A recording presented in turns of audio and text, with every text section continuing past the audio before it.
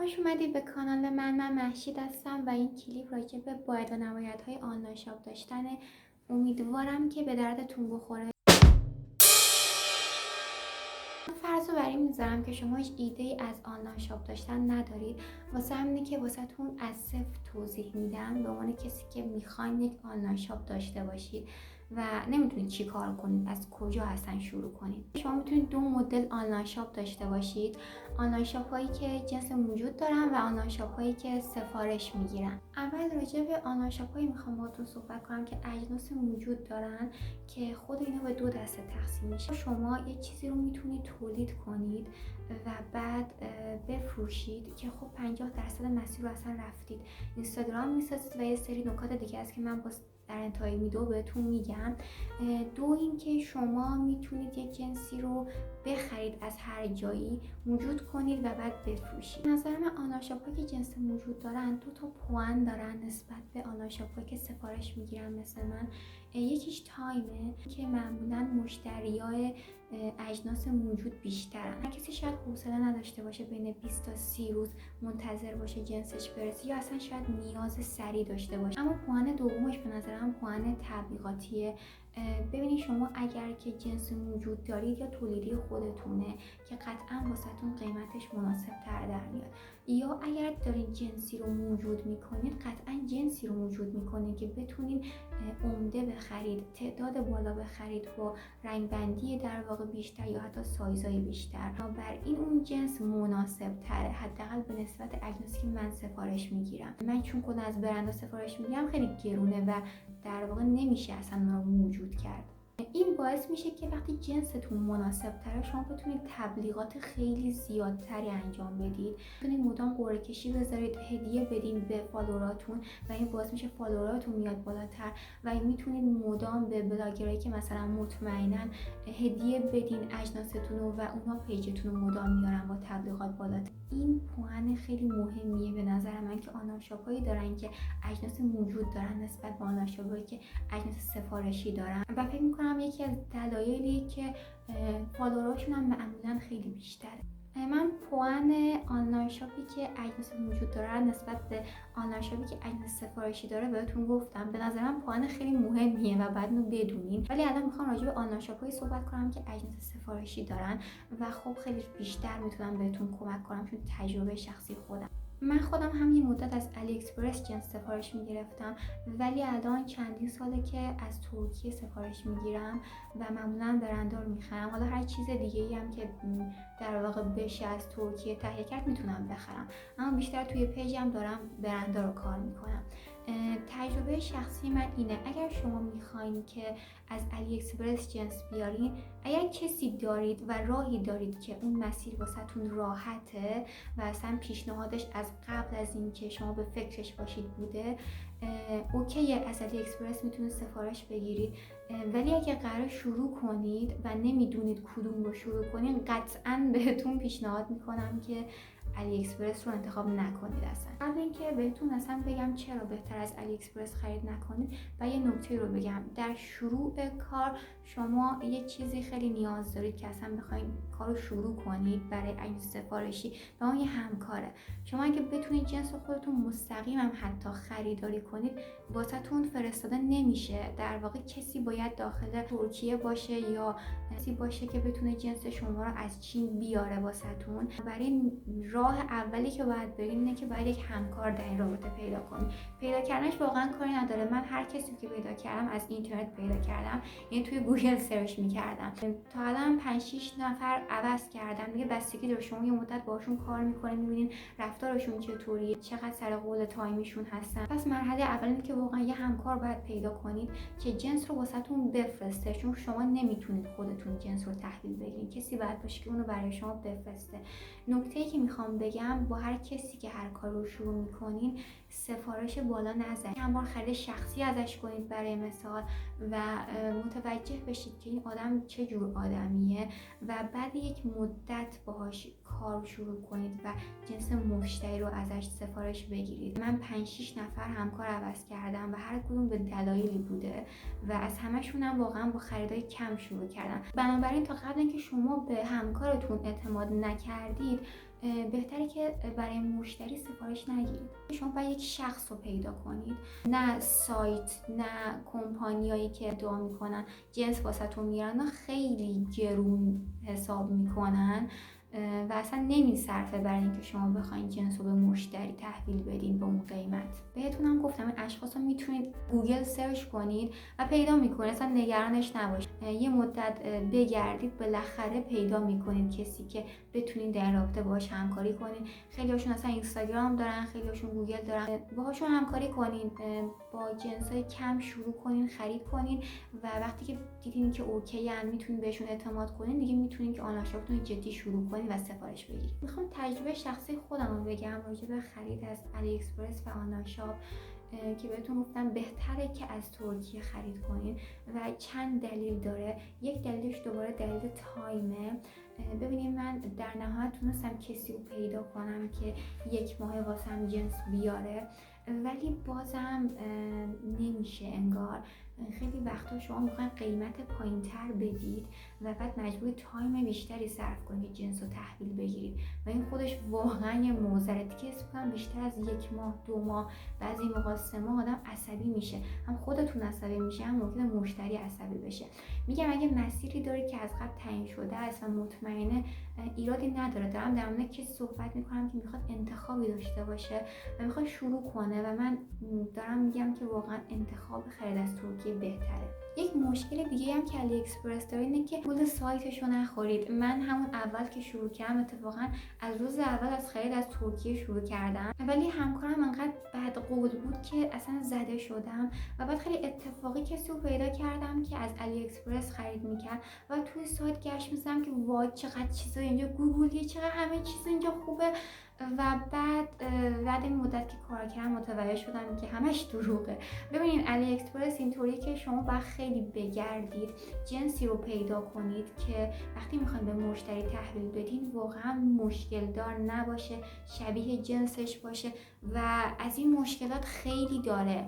بارها شده برای من پیش اومد. اصلا بعد یه مدت من دیگه عصبی شده بودم که هر جنسی که من دارم تحویل میگم یک مشکلی بالاخره داره و شما وقتی مسئولیت پذیر باشین مدام مجبور به مشتری خسارت بدید، از سودتون بزنید، اصلا سودتون رو نگیرید و این خیلی اعصاب خورد کنه به نظر من. همین قسمتش که همش باید نگران این باشین که اون چیزی که دارین میخرین واقعا همون چیزی که عکسشو دارین میبینین. مدام بعد فیدبک ها رو چک کنین و این اصلا خوب نیست به نظر من. یک مشکل دیگه هم که من از خرید از علی اکسپرس داشتم که خیلی آزاردهنده بود، ببین بهتون میگم مسیرها ممکنه متفاوته. خب ممکنه اصلا شما یک همکاری گیر بیارید که به این مشکل بر نخورید راجبش، اما میخوام بهتون بگم که بدونید به هر حال بد نیستش.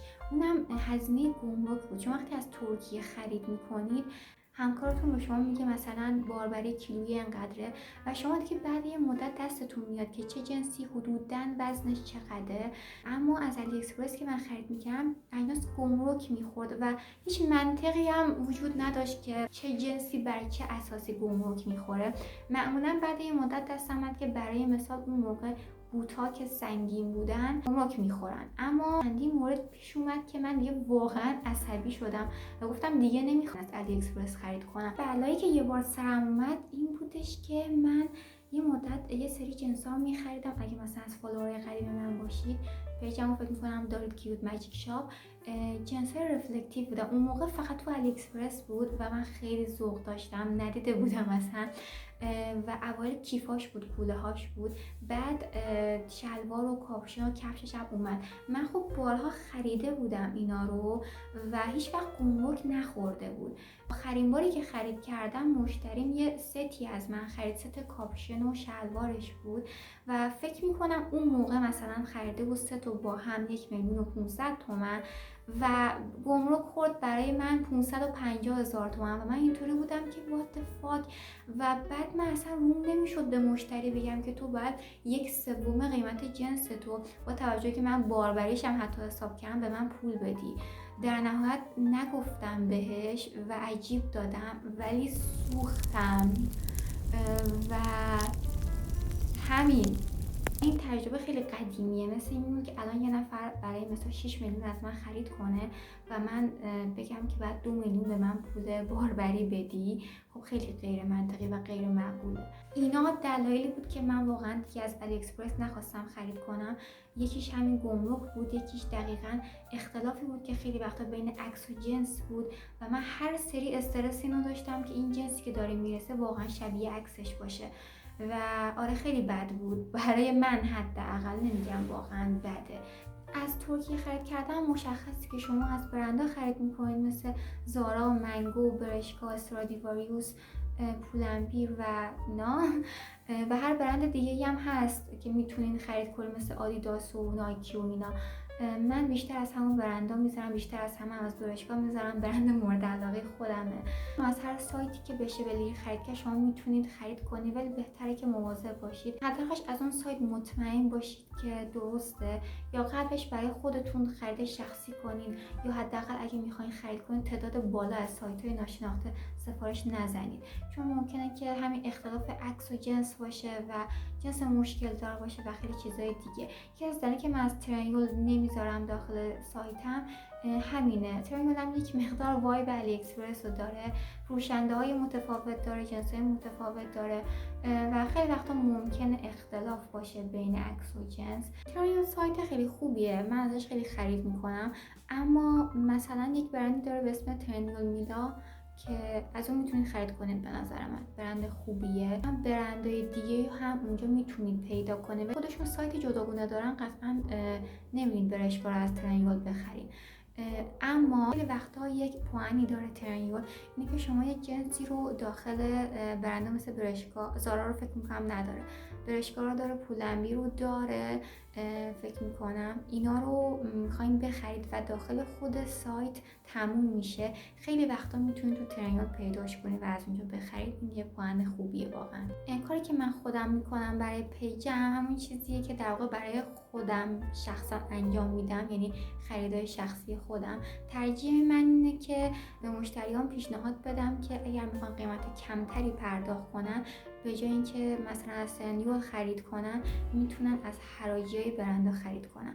برندها هر 6 ماه حراج میزنن، واقعا حراجای خوبیه، قیمت‌ها تا یه حدی به درجه میرسه که انگار شما دارین از همون ترینگل، کتون، دفاکتو اینا خرید میکنید. بلک فرایدی هم هست، بد نیست حراجیش، ولی تخفیفاش به اندازه حراجی فصلی نیستش.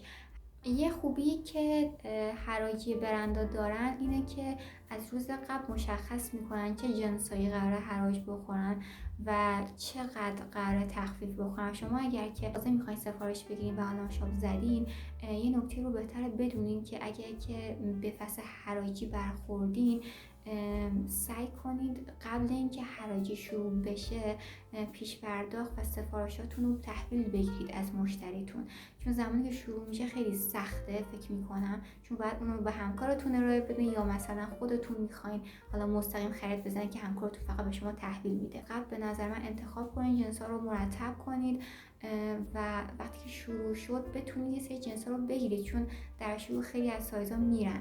خرید کردن توی حراجی هم مشکلات خودشو داره، حساب خورد کنی خودشو داره، اما میارزه به نظر من، چه برای خودتون خرید کنین چه واقعا برای مشتریتون سعی کنین خرید کنین. نکته بهتون بگم که خیلی برای من مهمه و اصلا خیلی مهمه که جدی بگیرینش.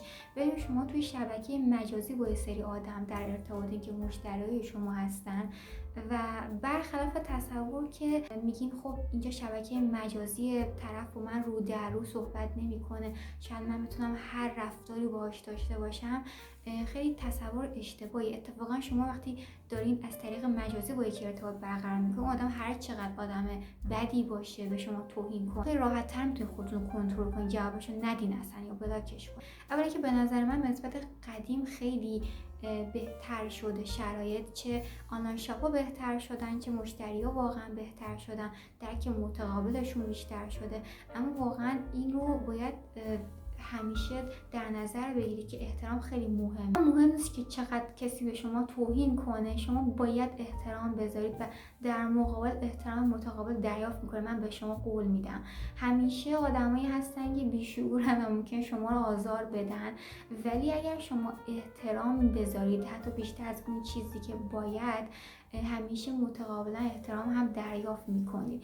اون درصد 10% که واسهتون پیش میاد اصلا نگرانش نباشید. به نظر من توی هر شغلی، هر کاری هست. مثلا ساده میزنم، شما ممکنه که به هر دلیل جنس رو دیر تحویل بدین. وقتی این مشتریتون خیلی احترام میذاره، اونم درک میکنه که شما شاید نتونستین و همش دست شما نیست. اوکی، جنسم چند روز دیر شده، ایرادی نداره، منم صبر میکنم. ممکنه که مثلا باربری بیشتر بشه، یه قیمتی اختلاف پیدا کنه و میگم همه اینا بر اساس احترام متقابل به وجود میاد. اگر شما به مشتریتون زمانی که باید احترام نذارید، اونم هیچ علاقه‌ای نداره که واقعا احترام متقابل به شما بذاره اگر مشکلی پیش بیاد. در مورد احترام متقابل واقعا میخوام واسه یه مثال بزنم که بگم چقدر اهمیت داره، چقدر مهمه. وقتی که کرونا شروع شد، قبلش فصل حراج بود و من کلی جنس گرفته بودم که بعد اینا رو به مشتری‌ها تحویل میدم، این یکی دوتا نبود.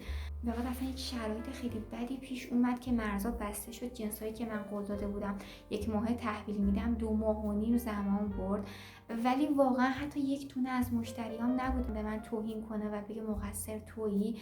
و فکر میکنم همه اینا دلیلش همون درک متقابل است و احترامی که از قبل میذاریم به مشتری. حتی باربری بیشتر شد. باربری که 100 تومن بود شد کیلوی 250,000 تومن. حتی مشتریام به خاطر همین هم چیزی به من نگفتن. تا یکی از مشتریام گفت من الان پولشو ندارم بهت پرداخت کنم که یه مدت دیرتر بهم بده. گفتم ایرادی ندارم. یعنی میگم که این احترام متقابل استرس شما هم کم میکنه. این تجربه شخصی که میخوام راجعش باهاتون حرف بزنم فالووره. من 15 تا فالوور دارم و زمانی که شروع کردم متفاوت بود قوانین اینستاگرام. اون زمانی بود که شما با فالو کردن آدما بهشون نشون میدونید که من یک آنلاین شاپ دارم، منو فالو کنین و فالو بک میگرفتید، که الان دیگه در واقع نمیتونید این کارو کنید.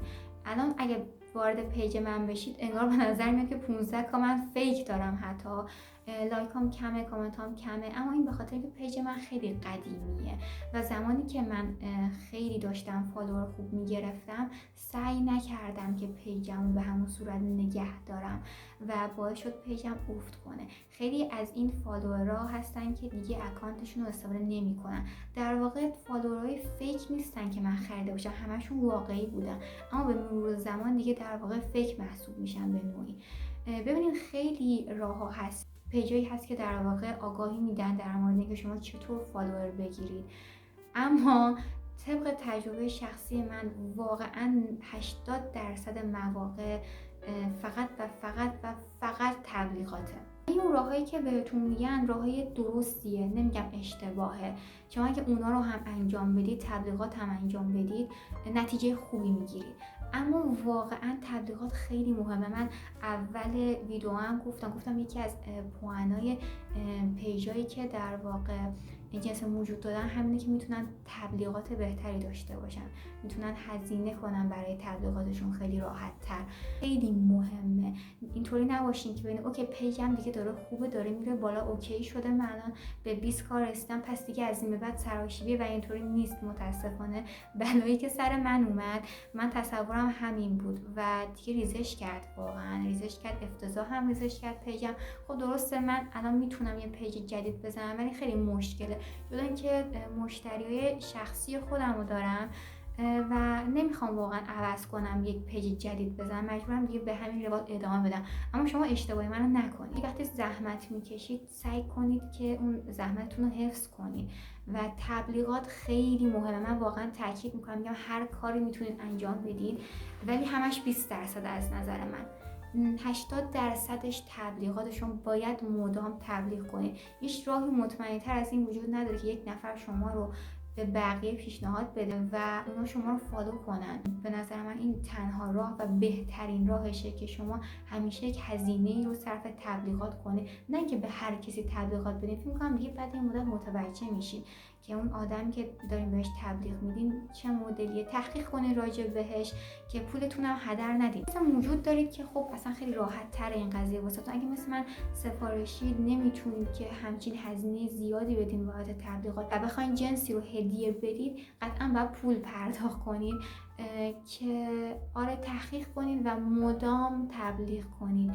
من پیجایی که میشناسم که خیلی قدیمیان و هنوزم بالان و هنوزم دارن مدام در واقع فالوور میگیرن و پایین نمیاد لایک ها و کامنت هاشون، فقط به خاطر تبلیغاته. مثلا پیجای لوازم آرایشی خیلی خوبشون به نسبت باز حداقل مناسب تره و میتونید واقعا به بلاگرایی که آموزش آرایش میدن هدیه بدید و خیلی خوبه. به نظر من این مسیر خیلی خوب و درست و راحت تری به نسبت بقیه مسیرها. من بازم تاکید میکنم واسه بالا بردن پیجتون و بالا موندن پیجتون باید تبلیغ کنید، کاری که من نکردم هیچ وقت.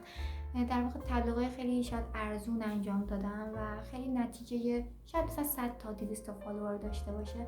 شما باید به کسی تبلیغ کنید که حداقل بیشتر از 500 تا فالوور به شما بده، حداقل یکا به شما فالوور بده. این خیلی مهم. اگر که واقعا مشکلی مالی ندارید از شروع این کار رو انجام بدید. اگر دارید خودتون سعی کنید پیجتون رو ببرین بالاتر و اون هزینه و اون سودی که به دست میارین و دوباره خرج همین تبلیغات کنید. بهتون تاکید میکنم که به هر کسی نباید تبلیغ بدین. حواستون رو جمع کنین که به کی میخواین تبلیغ بدین. اما بالاخره بعد یه مدت دستتون میاد دیگه، متوجه میشین که چه کسای خوبه جایی هستن که از اینکه مدام تبلیغ میدن به بلاگرها بالا موندن و اونا فالوورای خیلی زیادی دارن و هیچ وقت آنلاین شاپ به اندازه بلاگر نمیتونه فالوور به اون صورت داشته باشه، چون مردم سرگرمی ها رو بیشتر فالو میکنن، بیشتر مشتاقن پیجی رو داشته باشن که ازشون چیزی نمیخواد، فقط بهشون چیزی در واقع میده. و خب آناشا فروش دیگه، کسی شما رو فالو میکنه که میتونه خرید کنه یا میخواد خرید کنه، سرگرمی که واسهش نیست که بخواد شما رو همینطوری فالو داشته باشه. اونا همیشه فالوور خیلی زیادی دارن و اگر که پیدا کنید کسی که مطمئن باشه و خوب باشه، خیلی خوبه که بهش تبلیغ بدین و اینطوری مدام پیجتون رو بالا نگه دارین. میگم همه مسیرها همه راه اوکی درسته، ولی هیچ چیز به اندازه تبلیغ به نظر شخص من جواب نمیده. اول کلیپ اینو میگفتم، اونم اینه که پیج اینستاگرامتون رو که میسازین اینطوری نباشین بگین خیلی خوب یه پیجی بسازم، یه اسمی بذارم، یه عکسی بذارم. اون عکس و اون اسمی که میذارین اولین و آخرین میشه. این بده دیگه، شما نمیتونید تغییر بدید. تو انتخابی که میخواین داشته باشین دقت کنین، یه اسمی بذارین که فکر میکنین که اوکی و میخواد بمونه دیگه تا ابد و یه عکسی هم بذارین که همینطور میدونین که میخواین تا ابد بدونه. من سالها یه عکس داشتم که از پینترست گرفته بودم و اذیتم میکرد چون اصلا مال خودم نبود و بالاخره بعد سالها یه چیز خیلی معمولی گذاشتم روی پروفایلم که همونم باعث شده بود خیلی هم میگفتن که ایوا نشناختیمت که تویی. اصلا دلیلش همینه که نباید عوض کنی. خیلی روی عکس و اسم شما رو میشناسن قطعا دیگه، مخصوصا عکس پروفایل. اگه فکر کردم ببینم هر چی که میدونستم بهتون گفتم یا نه و الان حس میکنم خیلی چیزا رو نگفتم که کاش مینوشتم که یادم نره. اما همین دیگه، امیدوارم که این کلیپ هم واسهتون مفید باشه. مرسی که تا اینجا کلیپ هم دیدین. اگه با خودم حال کردین یا اصلا واسهتون مفید بود، لایک هم کنین، کامنت بذارین، سابسکرایب کنید و همین دیگه. ازتون متشکرم و همین بوسمتون.